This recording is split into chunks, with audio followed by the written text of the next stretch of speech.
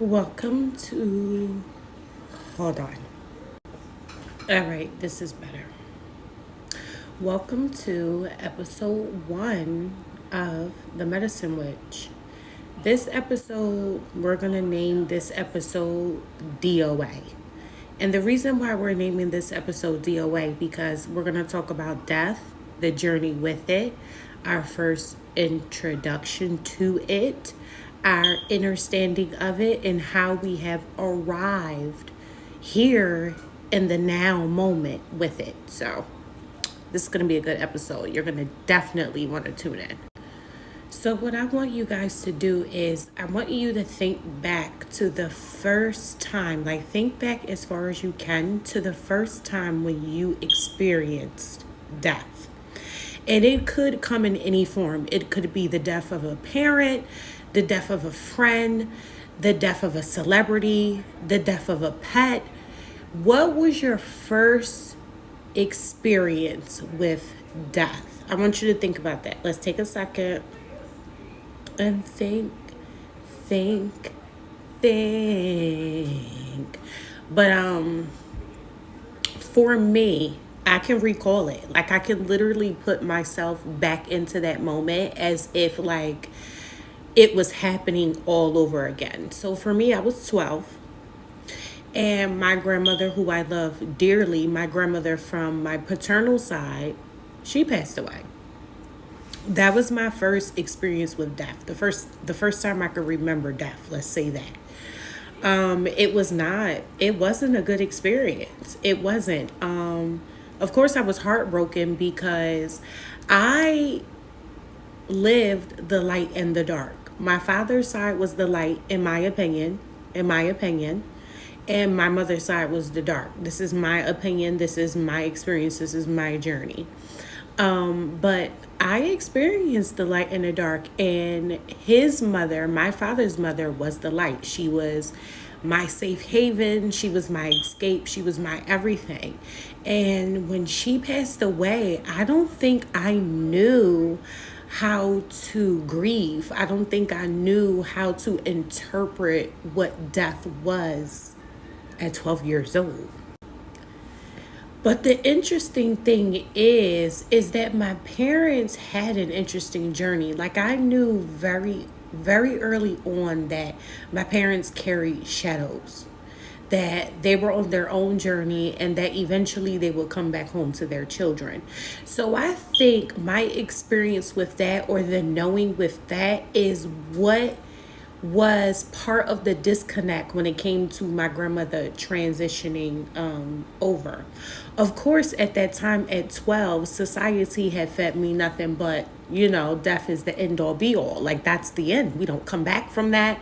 We don't evolve from that. Like, that's it. You never see that person again, right? So that was my stance. And I didn't know how to feel about that at 12 years old.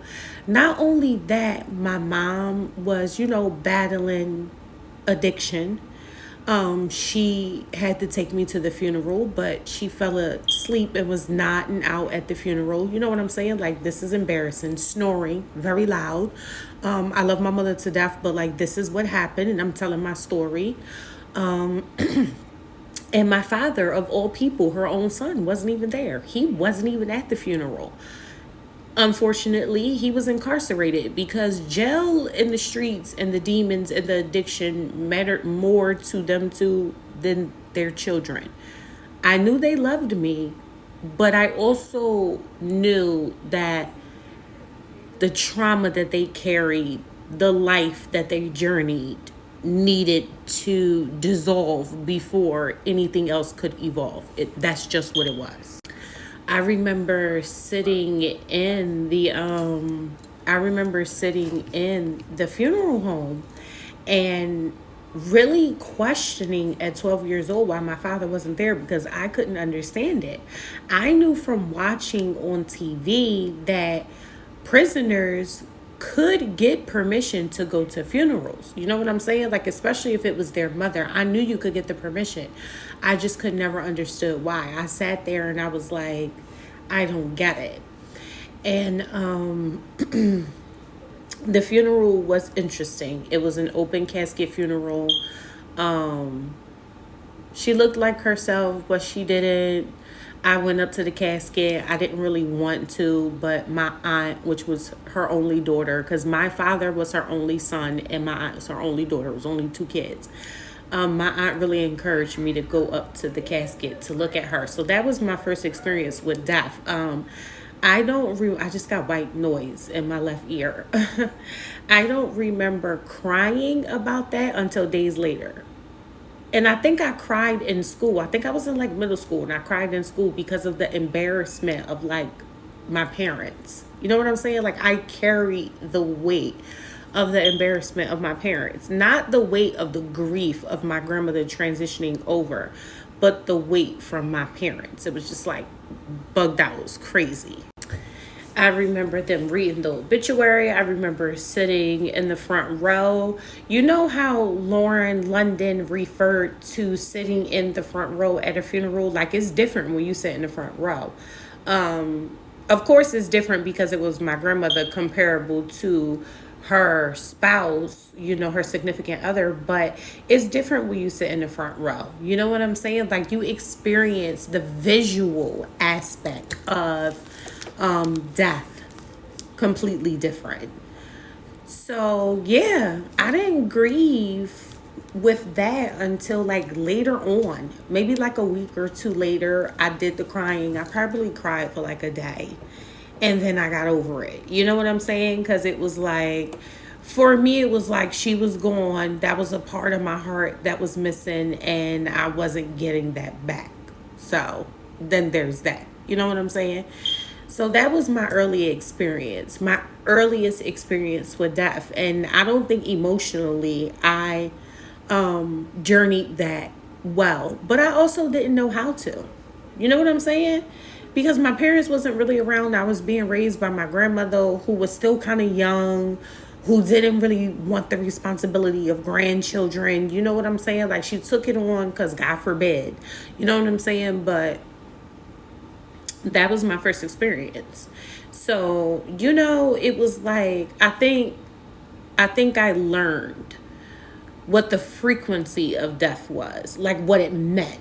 It just meant somebody leaving or going on a journey. I don't think it ever meant forever to me because I've always questioned, where do we go when we leave here? I was always a very inquisitive child, like a very dig deeper type of child. I'm a Scorpio. So naturally, I'm going to go within the depths of things. So, you know, it just is what it is.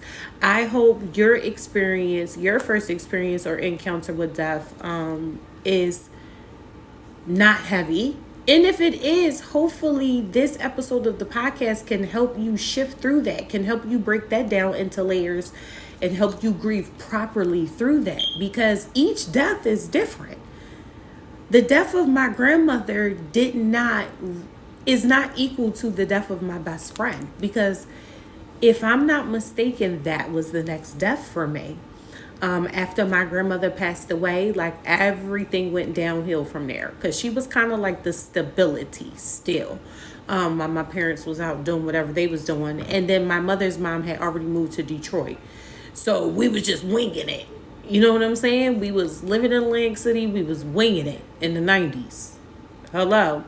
So, you know, if you had parents, if you are a child, a 80s baby, and was raised in the 80s, late 80s, 90s, you know what I'm talking about when I say, you know what was going on back then.